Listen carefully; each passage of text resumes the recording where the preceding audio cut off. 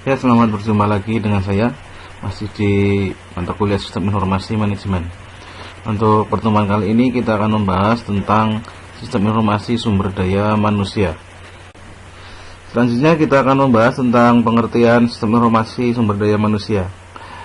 Sistem Informasi Sumber Daya Manusia atau SISDM adalah sistem yang digunakan dalam mengelola personil yang ada di dalam perusahaan. Yang dimaksud mengelola di sini adalah termasuk dalam hal mengumpulkan, menarik atau merekrut, kemudian memvalidasi data yang dibutuhkan oleh sebuah perusahaan untuk meningkatkan kebutuhan SDM. Yang akan kita bahas berikutnya adalah tentang kegunaan dari sistem informasi sumber daya manusia. Yang pertama, fungsi perencanaan SDM di sini berguna untuk membantu mendapatkan SDM yang sesuai dengan kebutuhan, termasuk di situ proyeksi kebutuhan sumber daya manusia di masa yang akan datang. Kemudian fungsi perekrutan atau rekrutmen di sini tujuannya adalah untuk mempermudah dalam pengambilan keputusan rekrutmen karyawan. Jadi dari mulai proses mencari atau penyediaan kebutuhan sampai proses penerimaan karyawan yang baru. Kemudian ada sosialisasi, membantu SDM beradaptasi dengan kondisi lingkungan baru perusahaan. Ya, di sini fungsi dari sumber daya manusia adalah memberikan sosialisasi kepada karyawan yang baru terkait dengan visi dan misi perusahaan, kemudian tingkah laku seperti apa yang diharapkan oleh perusahaan, kemudian situasi kerja yang seperti apa yang diinginkan oleh perusahaan, itu misalnya seperti itu. Kemudian ada lagi pelatihan dan pengembangan sumber daya manusia. Di sini merefleksikan kebutuhan untuk meningkatkan kinerja SDM, mengidentifikasi kebutuhan kemampuan dan untuk menentukan klasifikasi tertentu. Ya, di sini setiap periode biasanya ada pelatihan-pelatihan, tujuannya adalah untuk meningkatkan produktivitas dari karyawan, terutama ketika ada teknologi baru atau sistem baru yang diterapkan di perusahaan. Misalnya akan dilakukan pelatihan-pelatihan khusus, atau ketika ada kebutuhan tentang keterampilan khusus juga di situ dilakukan pelatihan yang diselenggarakan oleh bagian sumber daya manusia. Kemudian ada lagi penilaian kinerja. Biasanya ada dua macam, yaitu penilaian yang dilakukan secara terus-menerus ataupun ada lagi penilaian yang dilakukan secara periodik, misalkan setahun sekali. Tujuannya di sini untuk mencari tahu kinerja-kinerja mana, karyawan mana yang sudah memenuhi target, atau mungkin untuk mencari karyawan yang sudah bisa dipromosikan untuk menduduki jabatan-jabatan tertentu. Itu penilaian meningkatkan posisi dari masing-masing individu dari pekerja tersebut. Kemudian kita akan bahas tentang subsistem input sistem informasi sumber daya manusia. Jadi data yang diolah terdiri dari data personil dan data keuangan. Yang pertama adalah subsistem informasi akuntansi. Di sini ada dua macam data. Yang pertama adalah data personil. Ya, di sini relatif permanen karena ini cuma data-data terkait dari nama karyawan, kemudian status, alamat, kemudian jumlah anak atau keluarganya. Jadi bersifat dinamis, jarang berubah-ubah. Paling terjadi penambahan atau tidak sedikit sekali proses perubahannya. Kemudian ada lagi data keuangan. Ini bersifat keuangan dan cenderung dinamis. Yang namanya keuangan tentunya akan berubah-ubah, bahkan mungkin setiap hari bisa berubah, terkait dengan data penambahan kas atau pengurangan kas. Kemudian ada lagi subsistem penelitian sumber daya manusia. Di sini mengumpulkan data melalui proyek penelitian khusus, misalnya penelitian suksesi. Di sini maksudnya adalah ketika akan ada karyawan yang mendekati masa pensiun, maka harus dipikirkan siapa yang menggantikan atau bagaimana proses suksesinya atau penggantian dari jabatan yang akan ditinggalkan oleh karyawan yang akan pensiun. Kemudian ada lagi analisis dan evaluasi jabatan seperti sudah disampaikan di depan terkait dengan kinerja, jadi atau prestasi dari karyawan. Jadi sistem informasi SDM juga merekam prestasi dari masing-masing karyawan, ya minimal absensinya. Kemudian ada lagi penelitian keluhan. Jadi di situ ada lagi mengumpulkan keluhan atau komplain dari karyawan itu sendiri. Apa sih keluhan-keluhan dari karyawan? Tujuannya nanti adalah agar untuk menjamin kondusivitas kinerja dari perusahaan tersebut. Kemudian lagi subsistem intelijen SDM di sini mengumpulkan data yang berhubungan dengan SDM dari lingkungan luar perusahaan. Ya, di sini mengumpulkan informasi terkait dengan kebijakan-kebijakan dari pemerintah. Misalnya ada kebijakan yang baru, kemudian kebijakan atau dari serikat pekerja. Itu tuntutan-tuntutan dari serikat pekerja itu seperti apa saja, itu masuk dalam subsistem intelijen sumber daya manusia. Kemudian basis data SISDM. Data apa saja sih yang disimpan dalam basis data SISDM? Yang pertama adalah terkait dengan data pegawai. Di sini data yang dimaksud adalah data atau biodata dari masing-masing karyawan, dari mulai nama, alamat, dan seterusnya yang terkait dengan individu-individu.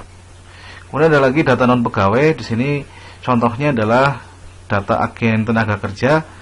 Jadi ketika kita memiliki atau membutuhkan beberapa tenaga kerja, kita bisa mengontak agen-agen tenaga kerja yang ada. Atau juga data-data akademi atau universitas yang memiliki hubungan atau misalnya memungkinkan untuk direkrut atau sesuai jurusan-jurusan yang ada dalam universitas yang bisa direkrut ketika nanti ada kebutuhan penambahan karyawan. Kemudian ada lagi data serikat pekerja. Di sini termasuk di sini adalah data-data orang-orang yang ada di serikat pekerja. Tujuannya nanti ketika ada kebijakan baru dari perusahaan akan mudah untuk mensosialisasikannya kepada para serikat pekerja. Termasuk di situ tuntutan-tuntutan dari serikat pekerja juga harus disimpan dengan baik ketika nanti ada kebijakan baru, apakah sesuai dengan tuntutan serikat pekerja atau tidak. Kemudian ada lagi data dari pemerintah. Di sini maksudnya adalah data terkait dengan kebijakan atau aturan-aturan pemerintah yang dibuat yang terkait dengan operasional perusahaan. Kemudian di sini ada contoh data dalam sistem informasi sumber daya manusia. Sini ada contoh data kepegawaian. Di sini yang pertama ada data induk ya. Di sini ada terkait dengan masing-masing individu atau karyawan dalam perusahaan. Yang pertama ada identitas pegawai, memuat NIP, nama, alamat, tempat tentang lahir, agama, dan lain-lain. Kemudian ada yang terkait dengan data riwayat kepegawaian, ada data kenaikan jabatan, data prestasi kerja, dan data pensiun. Kemudian ada data pendidikan, keluarga, dan lain-lain. Data pendidikan, data keluarga, kemudian data tanggungan. Tingkat pendidikannya apa, kemudian keluarganya yang masuk dalam tanggungan itu berapa banyak, atau siapa saja namanya. Kemudian outputnya apa? Outputnya adalah data pribadi ya, ketika dari bagian sumber daya manusia menginginkan informasi terkait data seseorang, itu akan mudah didapatkan. Kemudian ada lagi daftar pegawai yang akan naik jabatan, kemudian data pegawai yang akan pensiun juga nanti akan bisa didapatkan dengan mudah. Kemudian ada lagi subsistem angkatan kerja. Data ini didapat dari data eksternal, misalkan dari pemerintah, atau bisa juga didapat dari subsistem intelijen sumber daya manusia. Di sini didapatkan data berapa jumlah pengangguran, berapa jumlah partisipasi angkatan kerja, sehingga nanti bisa diputuskan ada berapa banyak sih kira-kira ketersediaan calon tenaga kerja di masa yang akan datang. Kemudian di sini ada output sistem perekrutan. Di sini sistem sumber daya manusia melakukan fungsi perekrutan atau kegiatan perekrutan. Di mana ada proses di sini, ada permintaan dari manajer biasanya membutuhkan tenaga kerja, kemudian dari SDM melakukan perencanaan. Ada berapa jumlah yang memungkinkan untuk dilakukan rekrutmen. Kemudian di situ akan mengumumkan atau menampilkan lowongan pekerjaan apa saja yang tersedia. Kemudian persyaratan jabatannya apa saja. Di sini jabatan bisa rekrutmennya bisa dari luar atau mungkin dari karyawan di dalam yang memenuhi syarat untuk menempati jabatan yang ada. Jadi sebelum dilakukan rekrutmen keluar, biasanya mungkin ada kemungkinan dilakukan analisa dulu di internal, apakah ada personil yang memenuhi kriteria untuk menempati jabatan yang tersedia. Dan di sini ada metode penarikannya seperti apa? Mungkin dengan jika ada rekrutmen keluar, maka akan menampung pelamar-pelamar yang ada atau melakukan seleksi dari mulai proses pendaftaran, kemudian memutuskan siapa yang akan diterima menempati jabatan yang ada. Itu dari subsistem perekrutan. Untuk perekrutan atau penerimaan karyawan juga di sini dibagi menjadi dua. Yang pertama adalah penerimaan umum, biasanya dilakukan untuk memenuhi kebutuhan sumber daya manusia pada tingkat operasional. Contohnya untuk tenaga operator, tenaga salesman, dan lain-lain. Karena di situ tidak membutuhkan kemampuan atau skill yang khusus. Kemudian ada lagi penerimaan khusus, biasanya dilakukan untuk memenuhi kebutuhan akan sumber daya manusia pada tingkat yang lebih tinggi atau tenaga ahli atau kualifikasi tertentu ya. Ada jabatan-jabatan yang memang harus diduduki oleh orang yang memiliki kualifikasi pendidikan tertentu atau skill tertentu yang harus diseleksi dengan cara yang lebih ketat.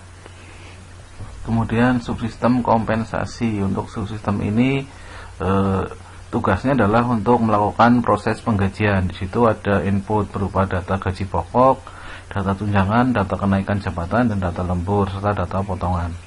Outputnya berupa laporan slip gaji, rekapitulasi gaji pegawai per bulan. Jadi semua dana atau uang yang diterima oleh karyawan itu harus ada perinciannya secara jelas. Jadi tidak ada uang atau gaji yang diterima tanpa ada perincian yang jelas. Itu sebuah sistem informasi sumber daya manusia yang baik. Jadi semuanya harus terinci dengan jelas. Atau bahasa resminya adalah akuntabel. Ya, apalagi di perusahaan besar, kita beli permen di toko kecil aja biasanya ada slipnya. Jadi semuanya harus bisa dirinci dengan jelas sampai yang terkecil. Kemudian berikutnya adalah subsistem tunjangan. Di sini tugas dari subsistem ini adalah menyediakan informasi tentang paket tunjangan bagi pegawai yang masih bekerja maupun yang sudah pensiun. Jadi tunjangan yang diterima itu apa saja dan berapa banyak anggota keluarga yang mendapat tunjangan itu ditentukan atau ditangani oleh subsistem tunjangan. Termasuk tunjangan-tunjangan terkait BPJS atau asuransi yang lainnya. Kemudian ada lagi yang terakhir, subsistem pelaporan lingkungan. Jadi setiap perusahaan itu biasanya memiliki tanggung jawab terhadap lingkungan atau company social responsibility. Di sini biasanya ada kegiatan-kegiatan khusus yang harus dikerjakan terkait dengan lingkungan sekitarnya. Ini ditujukan untuk memenuhi tanggung jawab pada pihak yang berkepentingan di luar perusahaan. Misalnya ada santunan atau pengolahan lingkungan, pelestarian lingkungan dan lain sebagainya.